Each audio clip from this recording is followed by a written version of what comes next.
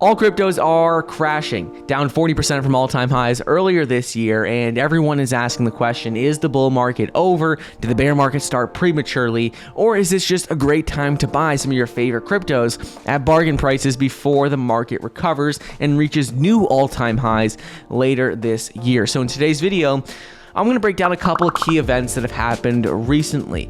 We're going to uncover specific details that no one is talking about, but I think these details give us the specific answers that we need as to whether we should buy more, we should sell, and what is going to happen with the crypto world over the next couple of months. We're first going to talk about what's going on in China. They recently reiterated their ban on companies having crypto payment services. Then they came out and talked more about Bitcoin mining, cracking down on Bitcoin mining. A couple things that no one is talking about, but I think are very important to address because what no one's talking about gives us the answers we need.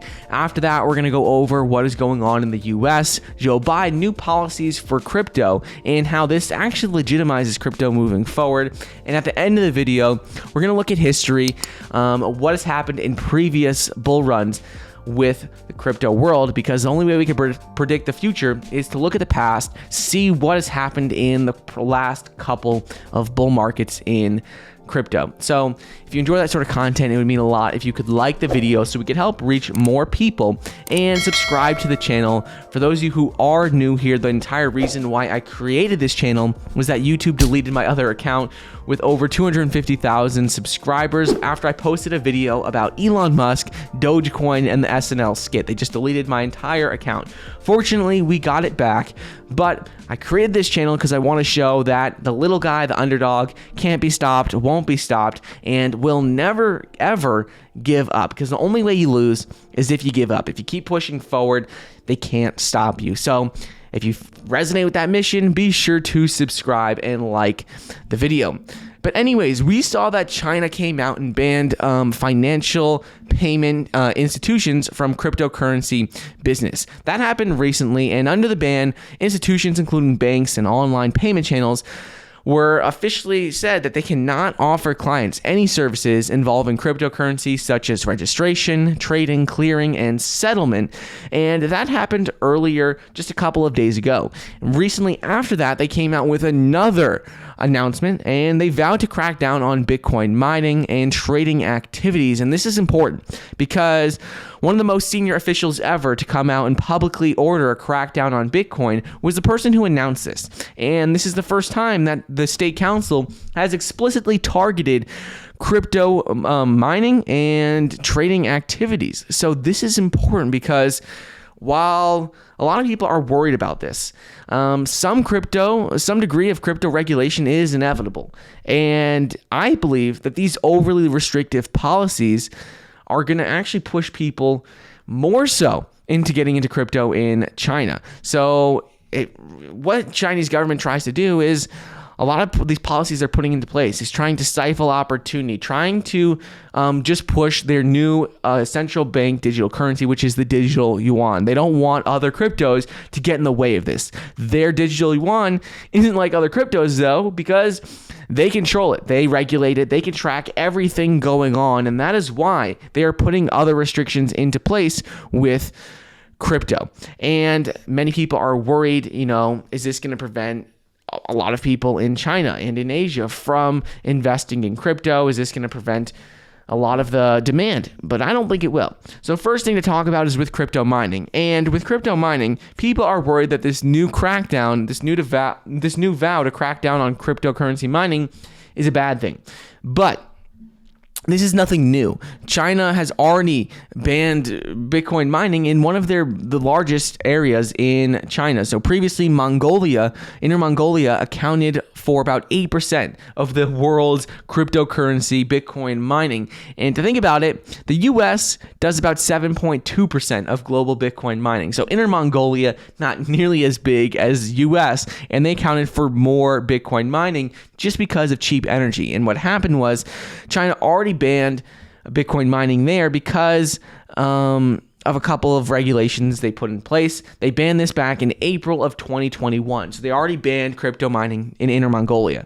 So now vowing to ban it across all of China, nothing new. And in reality, we just see Bitcoin mining go to where energy is the cheapest, because the Bitcoin mining companies, they're not going to stop mining Bitcoin. If they're mining it in China because of cheap energy, they're going to look elsewhere if it's banned. So, my opinion, it's not going to stop anything. Cryptocurrency miners are just going to look for other areas of the world where there is cheap energy, because if they have cheaper energy, it's easier to mine. It's less expensive to mine Bitcoin. They'll make more money, keep more profits. So, not going to stop anything, just going to encourage them to look elsewhere in the world. And we have seen time and time again that when restrictions are put into place with Bitcoin mining, it just pushes these Bitcoin miners to other countries, other places where they can still mine, but just do it at cheaper prices. So first of all, I don't think that's going to be an issue. Bitcoin mining has already been targeted in China before with the government, and people are just going to look for cheaper alternatives, other places to mine. That's the first thing we want to talk about. Also, the U.S. Treasury recently came out and called for stricter cryptocurrency compliance with the IRS. They said right now, cryptocurrency already poses a significant detection problem by facilitating illegal activity, broadly including tax evasion. And what they did is they put a couple of regulations into place that essentially include additional resources for the IRS to address the growth of crypto assets. Crypto market has exploded. We saw Bitcoin 5x, Ethereum 10x, all in the last year. And with this increase, a lot of people have made millions of dollars, hundreds of millions of dollars, billions of dollars have been made in the crypto world. And now the IRS wants to make sure that this is, they can't regulate it entirely because it's not regulated by one government, but they want to make sure that they want to put some regulations into place. And I believe that short term, like we're seeing, this has caused a bit of a scare in the crypto world. But long term, medium to long term, this regulation simply further legitimizes crypto in general. Everyone's been talking about large institutions getting into crypto. Everyone's been talking about, when is it going to be broadly accepted by just the general finance world? And we're already starting to see that happen. And with these regulations, while the SEC, while the IRS, Joe Biden are putting more regulations in place, people don't necessarily like that. I think this is a good thing for crypto because it just adds more legitimacy to Bitcoin, Ethereum, and the entire crypto market. And I think could open the door to a lot more institutions who might have been on the fence about investing to now say, okay, the government's, putting some regulations into place. I think it's time that we invest. So I think this will open the door for a lot of institutions that were on the fence. Now this may help them actually and encourage them to get in over the next couple of months. So I think this is actually a good thing. Some key parts of these new provisions, new regulations that Joe Biden is talking about is they said, as with cash transactions, businesses that receive crypto assets with a fair market value of more than $10,000 need to be reported to the IRS. They also said that within the context of the new financial account reporting regime, that cryptocurrencies and crypto assets exchange accounts and payment and service accounts that accept cryptocurrencies need to be covered. There needs to be more regulations in place, but the big one was really with that. With businesses that receive crypto assets with a fair market value of more than $10,000 need to be reported. But really, that's just the same as cash. And so doesn't really change much.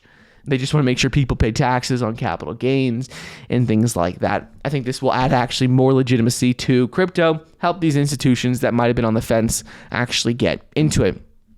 And lastly, people are wondering, is the bull market over? Most important thing to look at is what's happened in previous years, what's happened in previous bull markets, because the only way of predicting the future is looking at the past, looking at history, because history usually repeats itself, and that has been the case with crypto. So in the previous two bull markets, the previous two cycles in the crypto world, there was exactly a 51 to 49% ratio in the weekly candles between two distinct parts of the bull run. The first part of the bull run is from the bottom of the market to the Bitcoin halving event. Usually 51% of 51% of the bull market occurs there. So that's from bottom of the market to the Bitcoin halving event.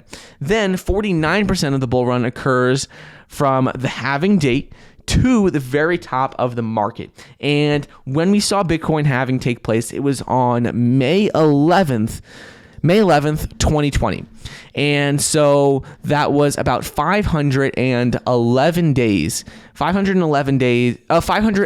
days from the bottom of the market. The bottom of the market was when Bitcoin was at a price of $3,400 per coin, and it took 504 days from that to the Bitcoin halving. So based on history, if it's going to repeat itself again like it has done the last 3 times, we will see Bitcoin reach a high on September 28th, or end of September, early October of 2021. And many people are saying that this rally, this bull run is different. We're seeing a lot more big money get into place. Things are changing. And while that is the case, the thing to remember is that what I'm looking at is that 50% corrections, 40% corrections are not unheard of. They're very common. Some of the largest crashes in Bitcoin have been much larger than that. We saw 93% decline in June to November 2011, 56% in 2012, down 87% in 2013, 85% from 2013 to 2015, down 84% from December 2017 to December 2018. So these corrections are not unheard of. And in the last bull market, we saw about 4 or 5 30 to 40% drops before topping out at over $20,000 per coin in the last bull run. So is this the end? I definitely don't think so. What we have seen in every single bull market in the history of crypto is that each one is longer than the previous one.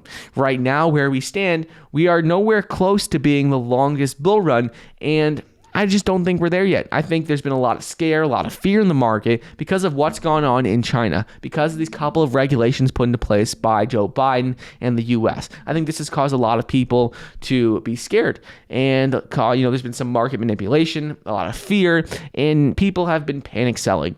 But I think as soon as we start to see these couple events stabilize, we will see prices continue to go back up towards all-time highs, and I think we will reach all-time highs later this year. And I'm going to look at history, what has happened previously. I think we still have a couple more months in the bull run. I think we won't see the market top out until, late 2021, in about late September, early October of 2021. But no one knows for sure. All we can do is look at history, and you know what? Everyone else is looking at what's happened in previous bull markets as well. So even if this, if it doesn't necessarily going to do this or not going to follow that cycle, a lot of people believe, according to polls, that the bull market will end at around that time this year. And because of that, if everyone believes that's what's going to happen, if everyone believes that we still have not yet topped out, well, then people are going to continue to put more money into the market. And it's just a self-fulfilling prophecy where we won't see it reach all-time highs until later this year. So we'll see what happens. But my opinion, I'm continuing to add to positions I like, because either way, long term, if you're looking at it 2, 3, 4 years from now, I think we're going to see all these prices look back on this and regret not buying more. So whether it does drop more, whether it bounces back within the next 6 months, I don't think it matters. If you're in it for the long term, I think crypto is going to be one of the best performing assets out of anything you can invest in. And so me personally, I am adding more. But that's what's going on in crypto. Between China, more regulations put into place. Between the US, a couple regulations there as well. And looking at the history of previous bull markets. So I hope you guys enjoyed today's video. If you did, please be sure to like the video down below. Subscribe to my channel. Mission of this channel is to show that the little guy, the underdog, can't be stopped, won't be stopped, and will never give up no matter what happens. Because the only way you give up, the only way that you lose, is if you stop trying. So hope you enjoyed, and I'll see you guys in the next episode.